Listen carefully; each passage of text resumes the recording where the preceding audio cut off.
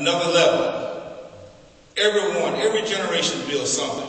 It's a matter of us stepping aboard and saying, I want to stand on their shoulders.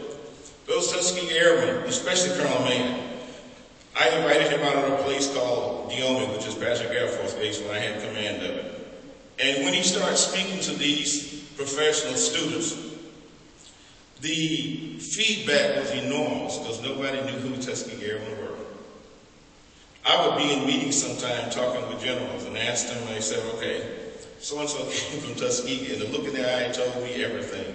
They didn't even know where it was at. And you know George Washington Carver came from there. Booker T. Washington, they did not know that. Or that the Commodores came out of there. I love a brick house, I don't know about the rest of it.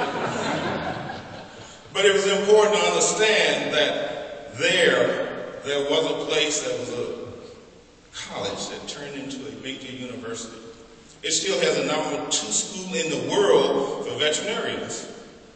And they were going to school together, black and white, even before segregation, because they understood one thing, what the mission was, and how they needed to get where they needed to go in jobs.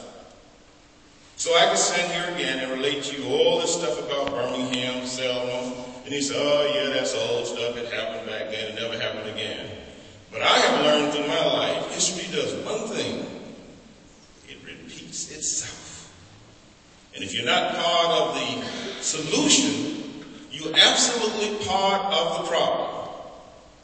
Now I'm going to show you a few slides that Dennis and I took when we were down in Birmingham.